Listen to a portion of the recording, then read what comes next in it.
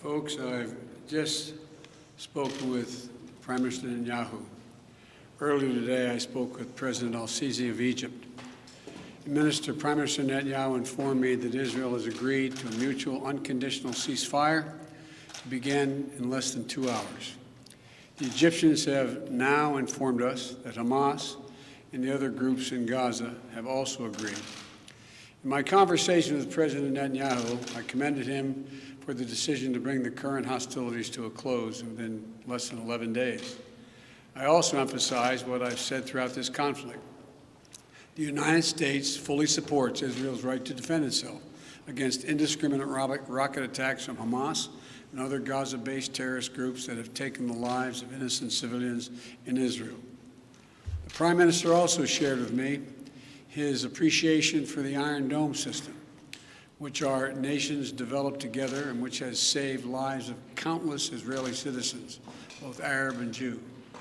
I assured him of my full support to replenish Israel's Iron Dome system to ensure its defenses and security in the future. Over the last 11 days, I've spoken with the Prime Minister 6 times. I've also spoken with President Abbas of the Palestinian Authority more than once, and part of our intense diplomatic engagement. And I want to also thank the Secretary of State, the Secretary of Defense, our National Security Advisor, and everyone on our team for their incredible efforts to bring this about, this outcome that we're about to see. You know, we've held intensive high-level discussions, hour by hour, literally.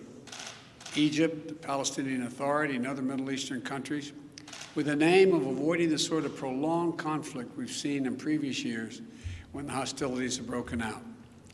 I extend my sincere gratitude to President al-Sisi and the senior Egyptian officials who played such a critical role in this diplomacy.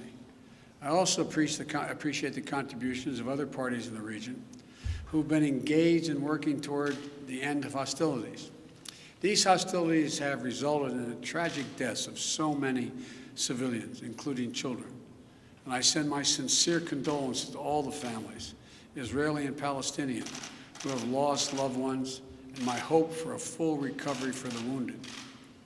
The United States committed to working with the United Nations, and we remain committed to working with the United Nations and other international stakeholders to provide rapid humanitarian assistance and to marshal international support for the people of Gaza and the Gaza reconstruction efforts. We will do this in full partnership with the Palestinian Authority, not Hamas, Authority, in a manner that does not permit Hamas to simply restock its military arsenal. I believe the Palestinians and Israelis equally deserve to live safely and securely and to enjoy equal measures of freedom, prosperity, and democracy. My administration will continue our quiet and relentless diplomacy toward that end. I believe we have a genuine opportunity to make progress, and I'm committed to working for it. And I want to thank you all. May God bless you all, and pray that this continues. Thank you so much. Mr. President Biden, de-escalation. Are you confident the ceasefire will last, President Biden?